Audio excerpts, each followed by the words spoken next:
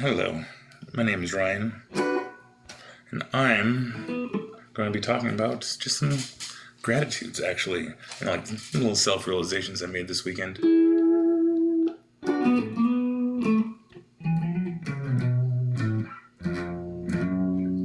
And it's funny, like, I've been trying to, live more of a life of simplicity, not really letting things that I don't make, or that don't make sense to me, stress me out, and straight up ignoring them. And definitely ruffled a few feathers over the years in this pursuit of trying to figure out how to properly navigate this life. And I had what feels like the ultimate realization, since I kind of as braced it as in fully as possible, as far as going with the flow, following my gut, doing what I think is right, putting money at last, making sure everything I do is trying to be as part of the collective, try to be a positive influence, and just keep on going, no matter how much is just piled on me or how many times I get broken. Rebuilding and rebuilding, keep on trucking, and keep on making things as happy as possible, blah, blah, blah, blah, blah. And it's funny because it's when you go through a lot of stuff, it's hard to maintain positivity. And it's also hard to see all the good things around you. And I've managed to slow down to where it's it took me about a year living in this place, but it's struck me. I'm living that 8-year-old dream, which is fascinating. Because I don't know what I mean by that. Is when my parents split when I was 8, I had this dream. What would the ideal life look like?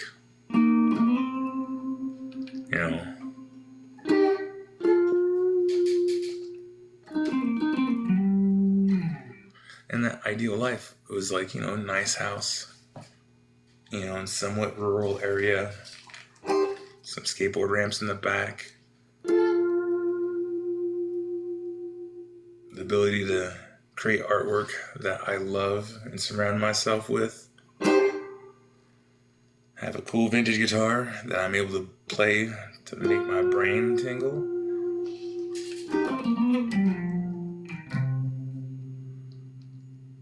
a classic car in the garage,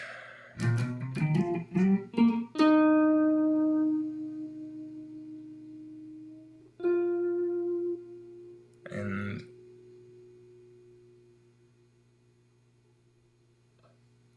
looking like in my video game avatar. That last one's funny. So I have my Mustang. It's in the garage. It's got my ramps in the back. Got my skateboard. It's got my vintage awesome guitar. It's I have everything that my child self wanted out of life. And not the fantasy. The real one. The realistic one.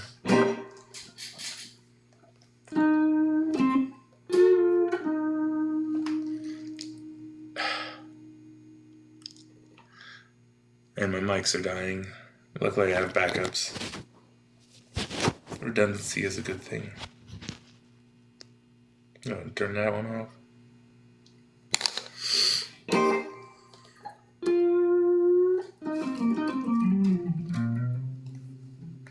Yeah, and it's funny because how did I get there? I have no idea.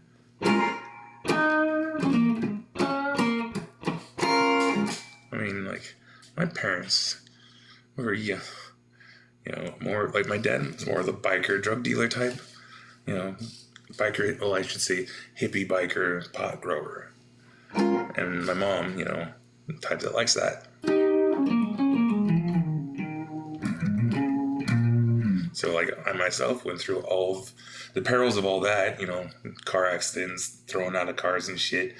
And then go into my teenage years where I deal with my own drug addictions and overcoming that, all of the loss and stuff, and all these other trials and tribulations throughout life, all these things that according to the society that made me feel bad about the way I lived for a long time, like I said, it wasn't possible.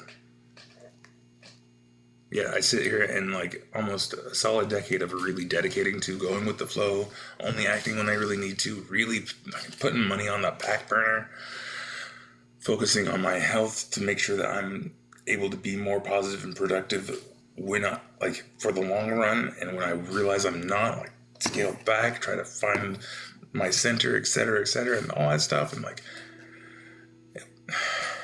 sitting here about to turn 44 and going like, yeah, the more you allow yourself that things will work out and have faith in it, for me at least, totally has worked.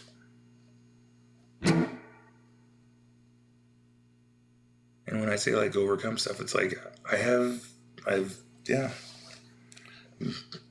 drug addiction in my 20s. Kicked that just to go into my girlfriend overdosing and dying. Didn't relapse. Rebuilt my life. Went to school, met another amazing woman. Settled down a bit. But didn't have, the right therapies in place to deal with all the previous traumas. So when things went sideways and like had my body invaded by MRSA, and my lower back going out, followed by my pelvis going out, and all the physical therapy, immune system rebuilding, all of it. And it's like, damn. So many things that should have tripped me up to not make me be in this spot, yet I'm here anyways. And I can only attest to, positivity.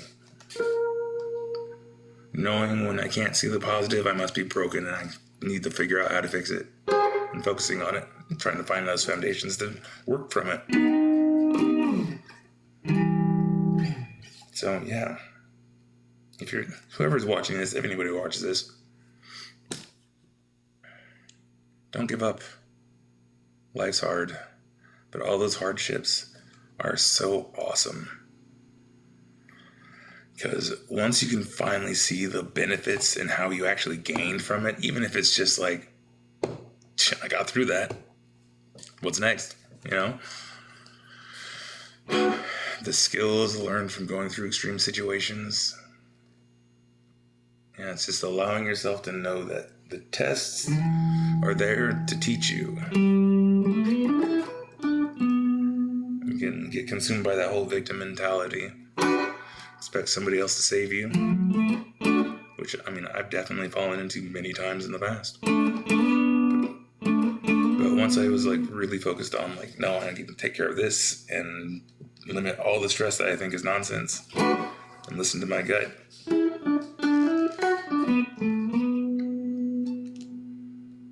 Yeah, and try to keep in mind like how this affects my loved ones, even though they sometimes can't see it, how it might benefit them. But that's more of a tangent. I should shut this off before I go any further because I don't know what I've said so far.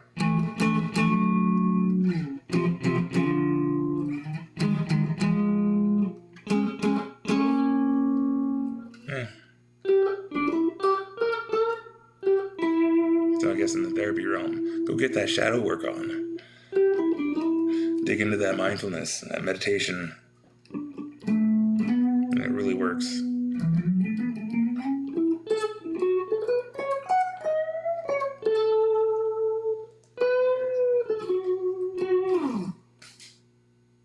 Hope you all have a good day.